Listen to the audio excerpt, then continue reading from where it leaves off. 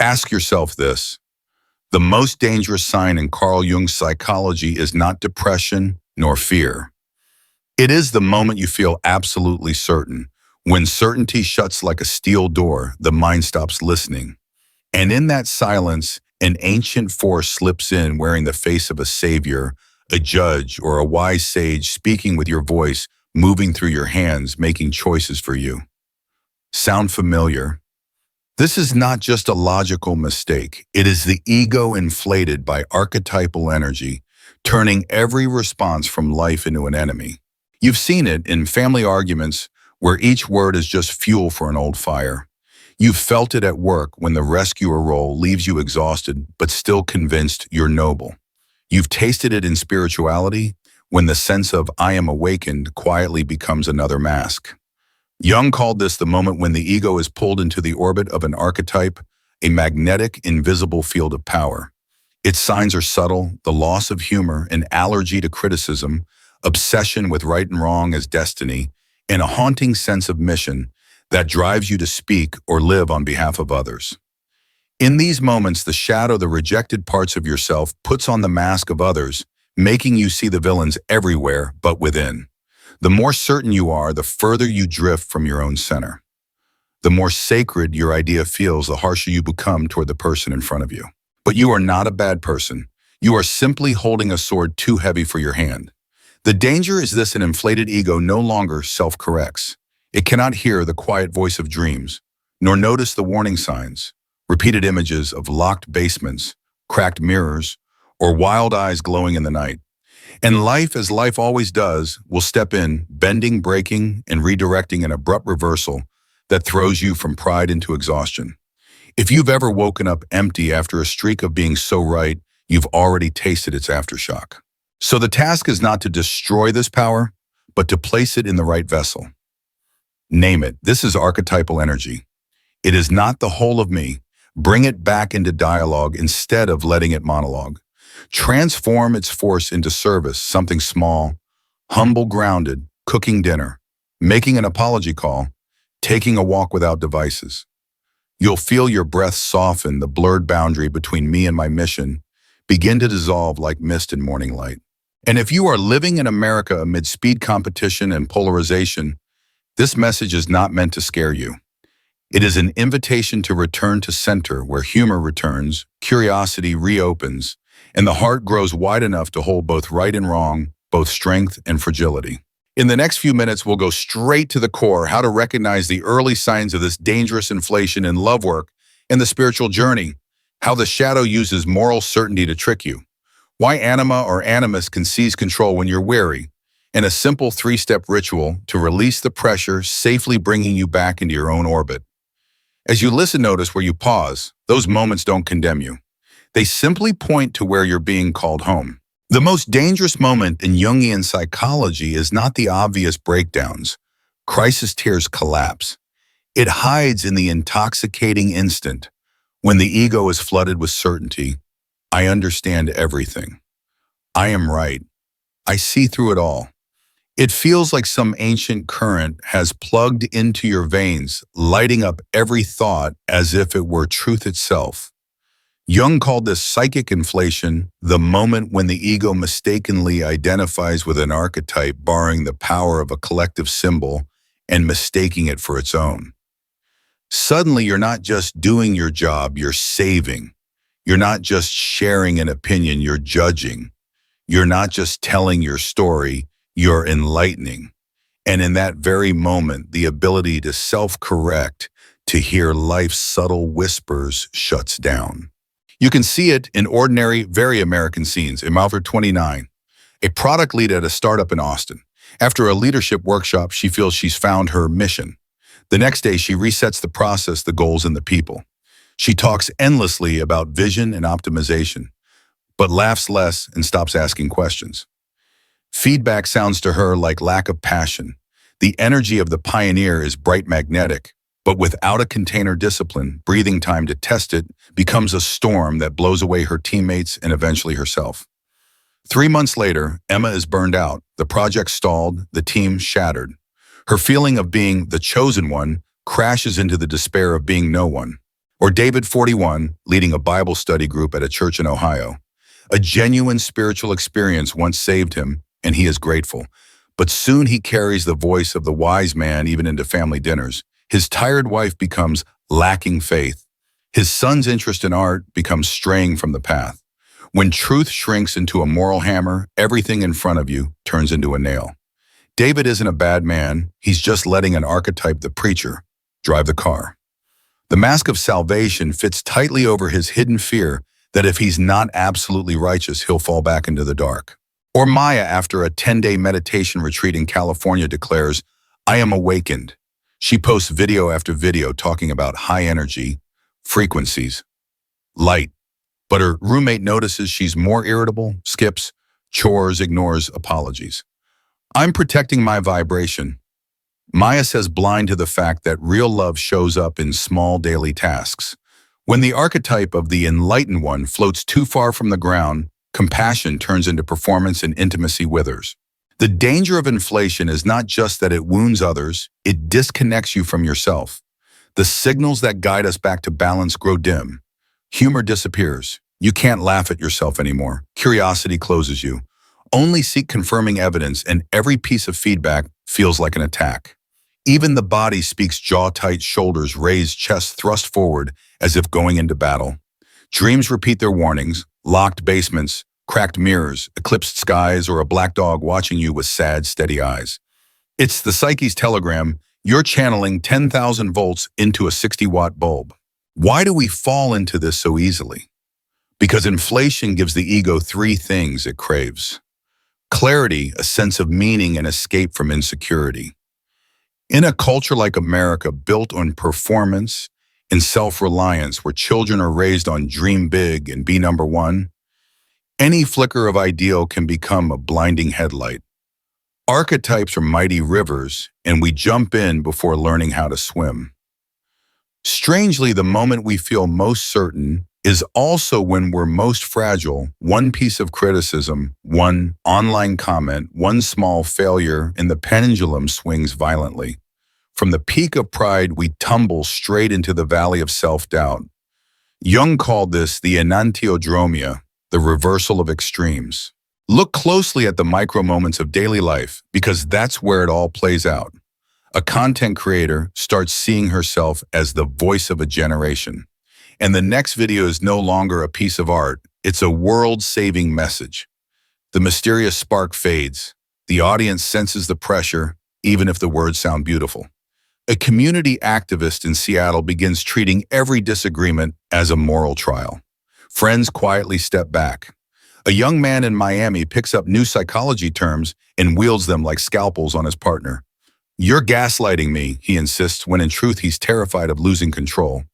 In each case, the ego has grabbed a high-voltage archetype, the savior, the judge, the sage, without the stabilizers of humility, humor, and simple daily work. So what do we do when we notice we're sliding into danger? First, don't collapse into shame. Shame is just the flip side of pride. Both keep you at the center of the universe. Instead, do something very Jungian, call it by name. Whisper it or write it down. This energy is archetypal. It is not the whole of me. That one sentence is enough to give you breath. Then try a small experiment, fold a page in half. On one side, write, "me." On the other, write the archetype, savior, judge, sage. Asawim, what gift do you bring me? And what boundary do you need so you don't destroy my life? You might be surprised by the answers. I give you courage, but you must listen first. I give you clarity, but you must keep your smile.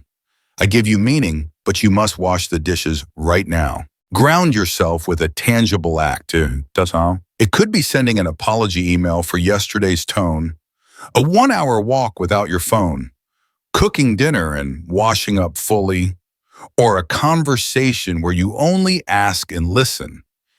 These acts are not small. They are the clay pot strong enough to hold archetypal fire. When poured into form, the current warms without burning, illuminates without blinding. And because none of us walks this path alone, I want to invite you into a community that can both reflect and laugh at itself. If you've ever caught yourself playing a role too large, the rescuer, the judge, the enlightener, share in the comments a moment when you woke up. Was the first sign the loss of humor? The allergy to feedback. The urge to speak for others, your story might become a gentle mirror for someone else tonight. Let's keep the language respectful because here we practice carrying fire through the forest without burning it down. Finally, listen to your body and to your dreams. They are the psyche's midnight newspaper. If you've recently dreamed of rising waterlocked rooms or a loyal animal walking beside you, don't ignore it. Write a few lines, ask yourself, what part of me is left outside the door? What strength is asking to be recognized? This isn't superstition.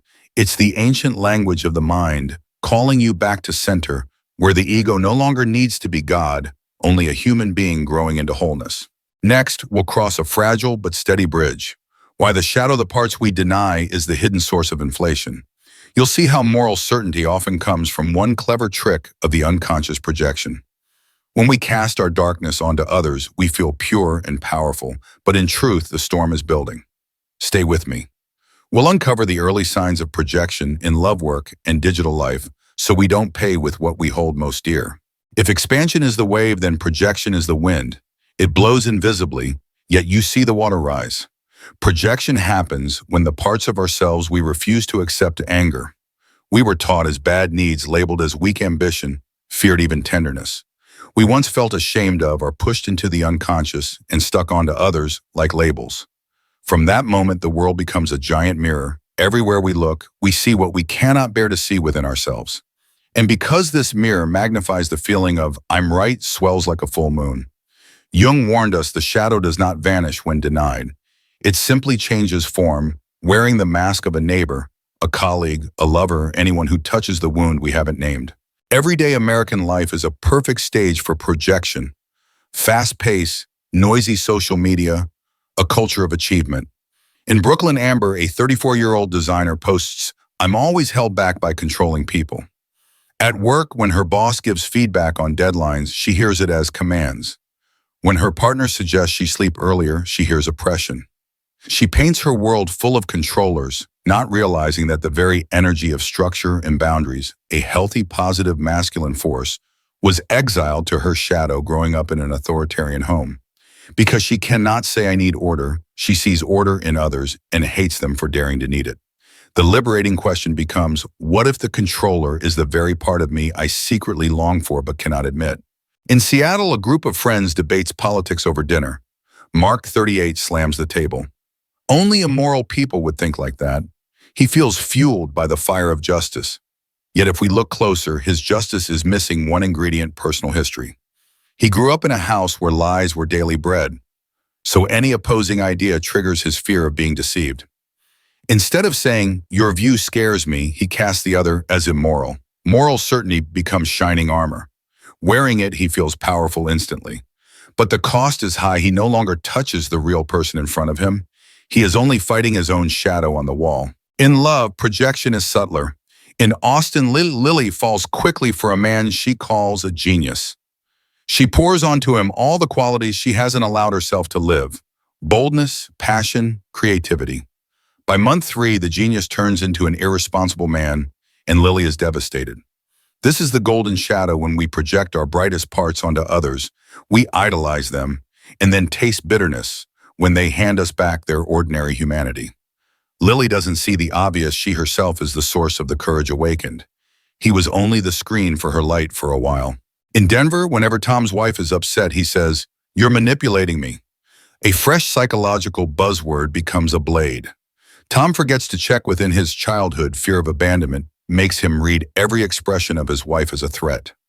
Because he cannot say, I'm afraid of losing you, he labels her feelings toxic to seize control. This isn't an excuse for harmful behavior from others. It's a reminder before you slap a label on someone, check whether you're projecting your own map onto their territory. Projection explodes most violently on social media, where algorithms reward outrage. You see a short clip, your brain fills in the blanks with your personal wounds, your private history, your learned biases. Before you even breathe, you send out a moral verdict. It feels intoxicating, as if you've done something just. But hours later, you're drained, your heart pounds, and emptiness creeps in. Why? Because the soul knows the truth. You just fought your own shadow on a screen. Every flash of absolute certainty deserves the same suspicion you'd give an email asking for urgent money transfer. So how do we tell the difference between a healthy boundary and moral certainty born of projection? Here's a small test: humility, and history. If you can still laugh at yourself, still ask a genuine question, still share a bit of your past to give context, chances are you're setting a boundary. If all three vanish, you're probably wearing armor. Notice your body boundaries make you stand tall and breathe deep. Moral certainty puffs up your chest and narrows your eyes. Boundaries say I need. Moral certainty says you are. One focuses on needs and behavior. The other attacks essence and identity. Jung invites us back to imagery. Projection is a projector. The wall in front of you only receives the light. Turn it off and the wall is just a wall again. How to turn it off? The first step is not self-condemnation, but self-recognition. What in them makes me react so strongly? Write down 3 adjectives you hate in them, then ask at a micro level, where in me does this seed also exist? You may not be a liar, but you hide truths to keep the peace. Not lazy, but you fear rest so much you resent those who allow it. Not greedy, but you crave recognition and dislike anyone who asks for it. Seeing the seed doesn't make you bad. It gives you back the wheel you're no longer driving by the rearview mirror. Another practice: answer the shadow with small acts. If you hate control in others, practice a tiny dose of healthy structure, 25 minutes of focus, 5 minutes of rest for yourself.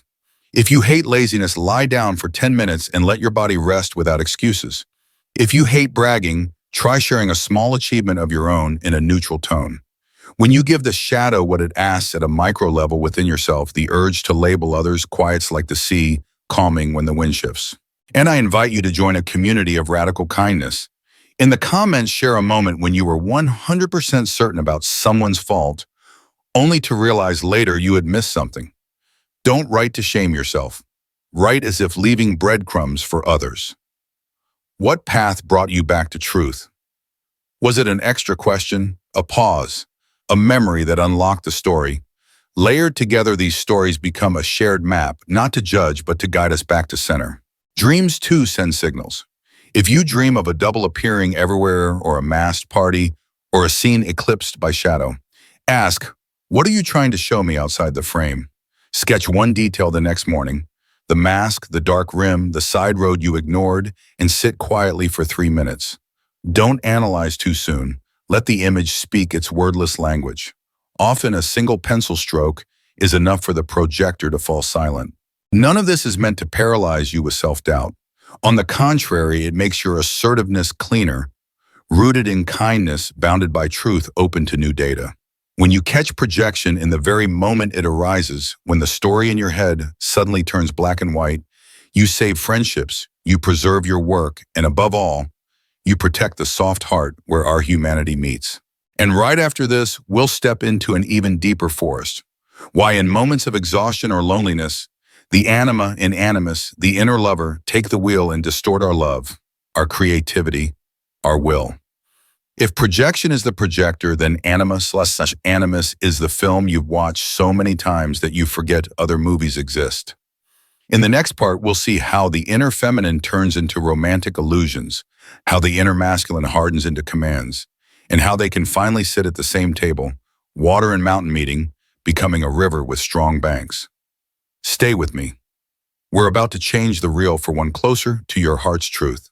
Some nights, our soul feels like a city divided by 2 shores: on one side, water, soft, moonlit fluid. On the other, mountains, solid, sharp, and filled with wind. Jung called these 2 currents anima and animus. They are not about gender, not about social roles, but about how the soul feels and how it acts, how it listens, and how it decides. When balanced, water meets mountain and becomes a river with banks.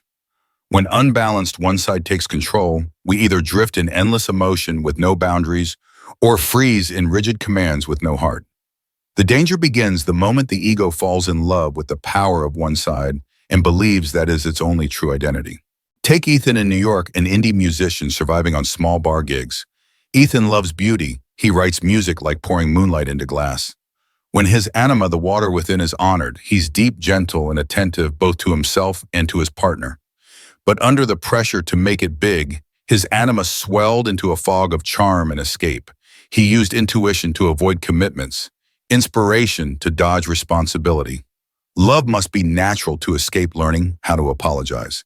He idealized every relationship as the opening notes of a destined love song, then ran when the music hit a difficult chord. One night he dreamt of rowing a boat across a vast lake, so mesmerized by the water that he forgot to row, drifting into the fog. He woke with a hollow chest as if echoing inside. The anima had taken the wheel, turning depth into vagueness, intuition into an excuse to never grow up. Now look at Sarah in Chicago, a 36-year-old lawyer. Her animus is sharp as a blade, quick arguments, precise strategies, her life mapped like a perfect calendar. When healthy, her animus builds riverbanks for life, turning values into structured action. But month after month, she heard an inner voice, cold hard, and always saying, must, pushing her to run without rest. Her partner said, we feel like co-workers, not lovers anymore. She snapped back, you're being unreasonable. And in that moment, a fragile part of her shrank inside. That night, she dreamt of climbing a mountain with a backpack full of rocks. At the summit, she saw the flag but had no breath left to take in the view. The animus had seized control, turning discipline into tyranny, goals into a military camp where the heart is forbidden to be tired. If you don't see yourself in Ethan or Sarah, look at the smaller moments.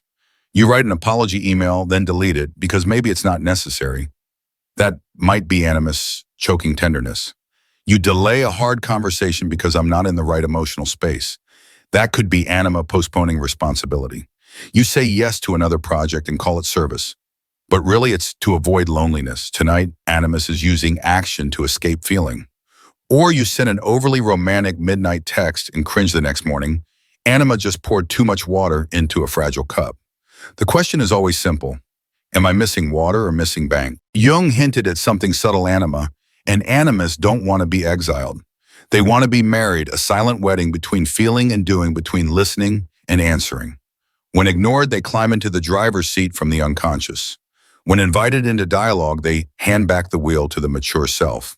Alex, a non-binary software engineer in the Bay Area, created a ritual, 10 minutes of 2 chairs each morning. The left chair is for water today. What do I feel? What do I need? The right chair is for mountain today. What will I do? What will I protect on days when the left spoke too much? Alex promised a small but concrete action. On days when the right grew too loud, Alex added a useless task, walking without headphones, calling a friend just to check in. 6 weeks later, work energy became steady meetings, less explosive, and sleepless nights of overthinking vanished like fog in sunlight. In love, this silent wedding is vital. Jamie and Priya in Seattle, after a year of living together, made 2 rituals: Friday water and Sunday banks. Friday was only emotional language. I feel sad when, or I feel insecure because, no solutions allowed. Sunday was for plans, 1 action, 1 boundary, 1 promise for the week. No miracle happened because none was needed. Their love grew steady, feelings seen actions, chosen a river with strong banks. But don't confuse things. Inviting anima to speak is not being weak, and asking animus to sit down is not losing strength. A Nashville music producer saved himself from burnout by adding a studio rule. Every song must have 1 water moment, a pause to breathe together, in 1 bank moment, a firm decision in rhythm or ending. It sounds like production technique, but really it's soul discipline. Don't let water flood the song. Don't let banks choke the flow. So how do you know anima or animus has taken over watch? For 3 signs. 1, the dialogue breaks. You only feel without asking what to do, or only act without asking. How do I feel? 2, idealization or demonization. You glorify your partner, or boss, or guru as savior, then later curse them as traitor. That's usually anima projecting. 3, body posture. When animus dominates, your shoulders lean forward, chin high, breath shallow. When anima dominates, your back slumps, these dreamy decisions postponed endlessly. The body is the most honest barometer. Dreams, as always, are postcards from the deep. Water in dreams, oceans, lakes, rain asks, have you given your feelings a home? Mountains, swords, bridges, stairs. The images of structure ask, have you given your intentions a form? If you dream of swimming without shores, write a clear promise in the morning. If you dream of climbing a mountain of stones, write yourself a sentence of kindness. Don't overanalyze, just practice one small act. Water and banks need each other in action, not just in slogans. And so I invite you, everyone listening, to plant a seed of dialogue in the comments this month. Do you lean toward water or banks? And what small act within 24 hours could you do to invite the other side? Write water tonight, I'll call my mom just to listen. Or banks, tomorrow morning, I'll write that apology email and suggest one step forward. We don't need lectures, just small gestures, real clay jars that can hold the fire. Here lies a beautiful paradox. When anima and animus are both heard, power returns, but it is no longer loud. Creativity no longer depends on emotional highs. It becomes steady like the work of a craftsman. Decisiveness no longer slams the table. It becomes a hand gently placed on the shoulder at the right time. You stop needing to be perfectly right and stop fearing being a little wrong because you have two inner companions, one asking, "What does the heart say?" and the other asking, "What needs to be done?" And you, the mature self, smile both together. From here, the road leads us to another crucial turn in Jung, the mask. Because even when water and banks begin to talk, there is still a mask that can suffocate the soul, the persona. The role we wear to be loved, to be accepted, to be called the right kind of person. When the mask fits too tightly, even the whispers of anima and animus can't break through. In the next chapter, we'll face this mask directly. How it helps us survive, how it hurts us. The signs it's hardening, and how to loosen it, not to strip naked in the street, but to let the true face breathe. If you're ready, come with me, we'll hang the mask on the wall. Look at it with gentle eyes and teach it a new dance, protective enough to serve, open enough to let the light in. Somewhere between who am I and who do they need me to be lies a thin cushion we call the persona, the social mask that allows us to walk out the door, work, love, and converse without feeling exposed. Without a mask, life would be like an open wound, but when the mask hardens, the soul begins to suffocate. The tragedy of our age is not that we wear masks, it's that we forget there was once a living face behind them. Jung reminded us the persona is only a role, not a destiny. When we identify too closely with it, every piece of feedback feels like a threat, every difference feels like an attack. That is when the danger grows, because an inflated ego, armored in a steel mask, can no longer hear the whisper of the self. You can see this everywhere in America. In Los Angeles, Mia, a therapist turned influencer, lived through a meteoric rise. She began with genuine kindness, but as she was celebrated as a healer, the persona of the healer began to cling tightly to her face.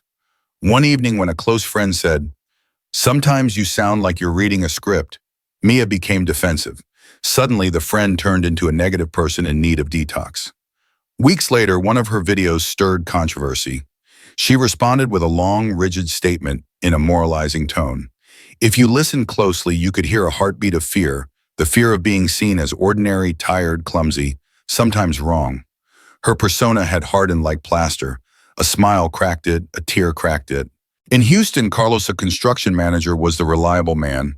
He took on extra shifts, carried burdens, always said he was fine. But at home, his chest felt heavy. His sleep was shallow, and when his daughter asked Dad, "Are you sad?" he replied, "Men remain are strong." The persona of the tough man had carried him through hard years. Now it choked him every time his tears sought a way out. One night he dreamed his hard hat was fused to his head, so heavy his neck might break. When he woke, he realized the mask no longer protected him, it was crushing him. In Boston, Aisha, a young professor, built the perfect persona: publications, grants lectures, mentoring. She truly loved knowledge, but in a culture obsessed with metrics, love was quietly replaced by ritual. Every LinkedIn post was crafted like a press release. Every moment of silence felt like not optimizing enough. When a student asked, "Do you ever feel lonely?" Aisha smiled through her mask. "I'm too busy to be lonely." That night, she dreamed of a long stage with a small, unlocked room behind it, a room she did not dare to enter. When the persona fits too tightly, it empties the rooms where life still waits. Maybe you recognize yourself in smaller details, drafting emails in such a professional tone that apologies turn into procedures, posting natural photos that take 7 filters to perfect, saying no problem while your back aches because you couldn't say "I need help." Persona is clever. It learns tone habits, arguments, even spiritual language. It can say holding boundaries when it really means avoidance. It can say spreading light when it is really afraid of intimacy. Here lies the danger. The more flawless the mask, the quieter the inside becomes. Not the quiet of peace, but the quiet of a door wedged shut. So how do you know when your persona has hardened? 1. Loss of flexibility. You can't stand jokes about your role. 2. Overacting. You choose beautiful words instead of honest ones. Messages instead of real exchanges. 3. Fear of being ordinary. You confuse rest with falling behind, silence with failure. 4. The body's alarms, clenched jaws, tense shoulders, smiles that outlast the feeling. 5. Dreams of masks, masquerades, backstage rooms, walls covered with neatly hung masks. Sometimes a dusty mirror where your reflection fades. Jung never asked us to rip off our masks and walk naked through the world. He invited us to soften the mask to make it a tool, not a prison. How? Through small truths and small labors. Small truths are simple, unpolished words. I'm tired today. I overextended. I need 24 hours to respond. Small labors are everyday tasks: cooking, cleaning, fixing, making a call to apologize, listening fully to a story without offering advice. When small truths meet small labors, the mask loosens, air returns to the lungs. In a culture raised on the slogan, "Be your best," maybe what we need is a simpler, braver one. Be your whole. Healing often comes from the strangest gestures. In Portland, a busy creative schedules 45 minutes of uselessness each week. Gardening pottery, nothing posted online. He says, "When my hands touch clay, the persona doesn't know what to do, so it just sits down." In Atlanta, a physician places a card on her desk. Say the real thing first, the right thing second. She begins patient visits by saying, "I'm a little tired today, so let's slow down." Strangely, errors drop, patients relax, and she feels lighter. In San Diego, a young man once known as a TikTok inspiration coach posts a 60-second video about his financial failure. No music, no stock footage, just his real face. It gets fewer views than all his other videos, but brings a gift no algorithm can measure: a fresh breath of air in his lungs. When you soften your persona, fear will likely arrive. If they see my real self, they will leave. And sometimes that's true. Some connections will fade, the ones that were clinging to your mask. But at the same time, you'll notice gentler hands appear, people who stay because of who you are, not the role you play. So here's a practice in the comments. Share one small truth you're willing to try this week. It could be, I'll say, "I need more time," instead of working all night. Or I'll post something without over-editing just to remind myself I'm alive. Keep it short, not polished. We are exchanging pebbles to pave the path, not building statues. And remember, dreams are discreet guides. If you dream of backstage, give yourself 10 minutes of backstage before a meeting. Sit quietly, jot down 3 small truths. Place a hand on your chest to remember you are a person, not just a role. If you dream of a cracked mask, don't fear, it may be the crack of a seed. Paint that crack into a mandala with a golden line like kintsugi to remind yourself that cracks don't diminish you. They teach you how to breathe. Now you may ask, fine, but when the ego inflates, when projections take over, when anima or animus seizes the wheel and persona has turned rigid, what do I do tonight? Jung would smile and hand you a vessel, not a metaphor, but a living structure, a ritual of deflation that brings archetypal energy back into service. Not magic, but a soul technique. Naming, dialoguing, grounding, simple enough to do in your kitchen, strong enough to reset the week ahead. But before we move into that, pause for a breath and write down one sentence. What is the name of my mask? The dutiful son, the high performer, the healer, the silent hero. Naming it is already halfway home. In the next section, we'll practice the 3-container method, a 7-minute exercise to release pressure, return the unconscious to whispering instead of shouting, and place your hands back on the steering wheel of your life. If you're ready, bring a blank page, a pen, and a single breath. We will not smash the mask. We will teach it to bow to the soul. This is the point where we stop analyzing and start experimenting. Jung would never tell you to destroy the ego or banish symbols. Instead, he would invite you to build a vessel, a container, strong enough to hold fire, yet soft enough to let breath pass through. Think of this part as a small laboratory in your kitchen, 7 minutes, 1 sheet of paper, 1 pen, and a body that knows how to listen. A gentle note, this is an educational practice, not a substitute for therapy. If emotions rise too strongly, pause and seek professional support. Ready? Step 1. Name it to separate it. This is archetypal energy, not the whole of me. You can't drive if your face is pressed against the windshield. Naming is like sliding your seat back to see the wheel. Right at the top of the page, right now I'm being carried by the role of Savior, Judge, Sage, Victor, Martyr. That one sentence cuts the cord between me and the current of energy flowing through. In Minneapolis, Nora, a project manager, noticed that whenever her team was in chaos, she switched into great mother mode, carrying everything, doing everything, then silently resenting it. One evening, she wrote, "I'm carrying Savior energy." The name didn't accuse her, it distinguished. In that moment, she breathed deeply and a new choice appeared. Tonight, I'll simply ask, who is responsible for what? You can try it right now. What role name is active in you? And when you read it aloud, how does your body breathe differently? Step 2, dialogue. Don't merge. What gift do you bring and what boundary do you need? Draw a vertical line on the page. On the left, write, me ego. On the right, energy archetype. Imagine inviting this powerful guest into your inner living room. Offer them a seat, pour some water is of I may on Then ask, what are you here to protect?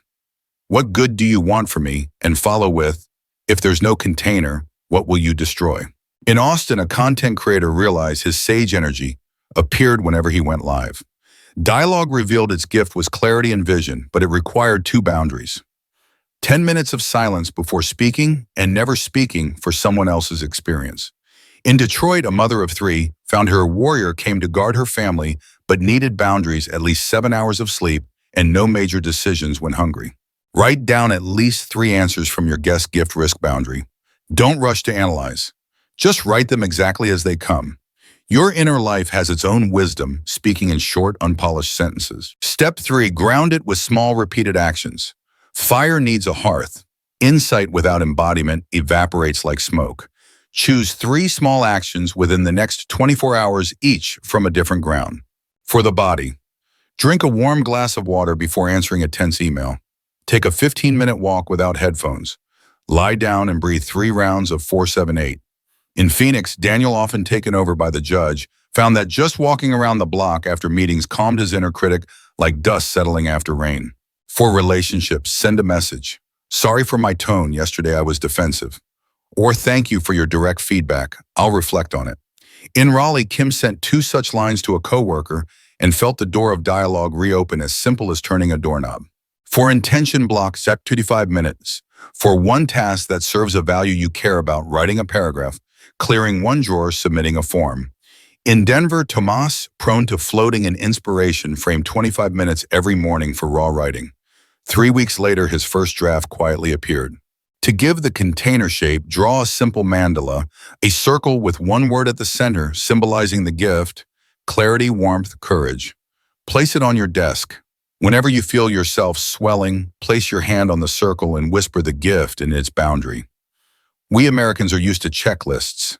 Let this become a routine. 3 minutes naming in the morning, 3 minutes dialoguing at noon, 3 minutes at night, writing down 1 grounding action for tomorrow. Gentle, steady, this is how fire becomes light. And yes, you will forget. You will slip. That's part of it. The beauty is the container learns.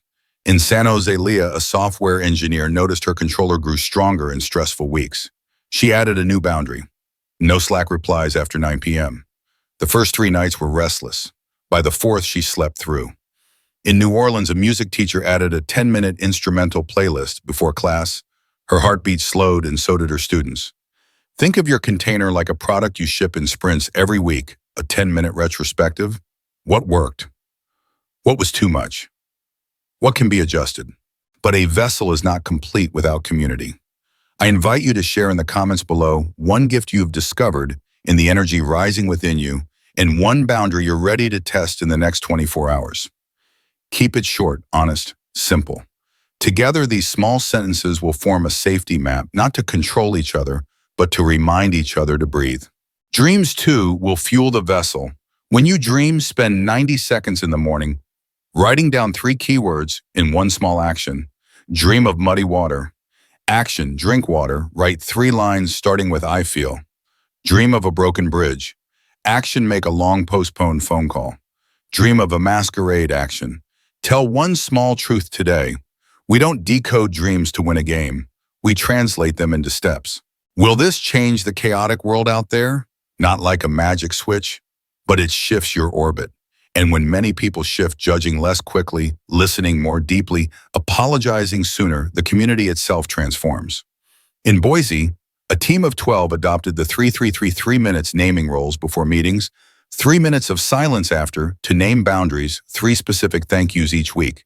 In 3 months, turnover dropped and urgent meetings were cut in half. No sorcery, just a shared container. You can also set up pause stations through the day, like inner traffic lights. Red stop, heart racing, voice rising. Yellow breathe, 4 to 7, 8 count. Green speak a small truth, take a small action. Post these words on your desk or lock screen. Each glance teaches your nervous system a new road from being swept away to noticing to choosing. That is neuroplasticity in Jung's language. And when someone in your community erupts, acts impulsively, or sinks into moral certainty, remember forgiveness is not indulgence. It is refusing to pour gasoline on the fire. You might comment, I've been there too. Here's one boundary that helped me. Let this comment section be a practice room for holding fire. A reminder that we all wear masks too tightly. At times, let anima or animus take the wheel, or project like a hailstorm. The point is to return naming, dialoguing, grounding before it's too late. When you practice these 3 steps steadily, something quiet begins to happen. Archetypal energy no longer has to shout to be heard. It knocks softly, offers its gift, then leaves. Assertiveness grows warm. Creativity grows steady. Love grows banks without losing its river. And most of all, the most dangerous sign, certainty hardened like steel, begins to soften under the gaze of humor. You smile, an old guest has arrived. Come in. Today I will pour you into the vessel. As we close today's journey, I want you to imagine placing a small clay vessel in the center of your kitchen table, still warm from the kiln, its glaze cracked with golden seams like kintsugi. Throughout this video, we've named the swelling of the ego, learned how the projector of projection works, noticed when anima or animus takes the driver's seat, heard the persona mass press against the cheekbones, and gently crafted a 3-step ritual to pour fire into the vessel. All you really need to carry with you are 3 beats, name, dialogue, ground. When those 3 are present, the soul no longer needs to shout. It trusts you enough to whisper. The gentle truth is this: we are not born to be perfect. We are invited to become whole. Wholeness is not the polished reflection in the mirror. It is the room wide enough to set light and shadow side by side. When you realize that steel certainty is just headlights shining too close, you lean back a little and see the road. When you notice judgment hanging a moral sign, you smile softly and ask, what am I afraid of?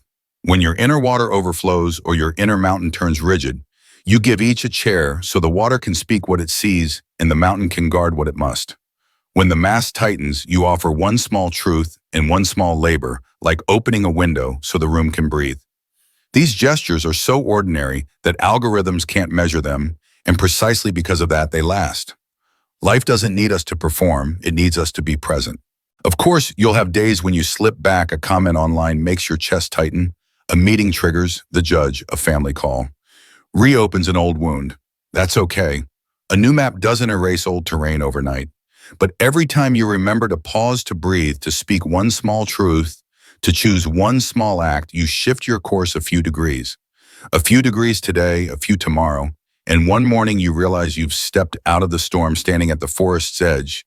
The air is so clear you hear a leaf fall. It isn't dramatic, but it's trustworthy. And the soul, like an old friend, always trusts what is steady. If I had to leave you with one image, it would be this: placing your hand on the vessel. Each time you feel yourself expand or contract, rest your hand on your sternum as if on the vessel's lid and whisper, what is the gift? What is the boundary? The answer may come as a simple word, clear, warm rest. Don't underestimate one word. The right word at the right time can unlock 10 doors. Then return to the tiny act before you wash the bowl. Write the apology email, turn off the screen, walk 15 minutes without headphones. These are not escapes from life. They are how you hold life gently, not throwing it, not crushing it, just carrying it. I hope this video becomes a shared room where we practice carrying fire through the forest without burning it. If you're willing, leave a short comment below the name of the mask you're softening this week or 3. Guiding words for the next 7 days. breathe truth small, or listen, ask ground. You could also share a recent discovery of gift boundary, for example. Give clarity, boundary not giving advice unless invited. Don't write to prove.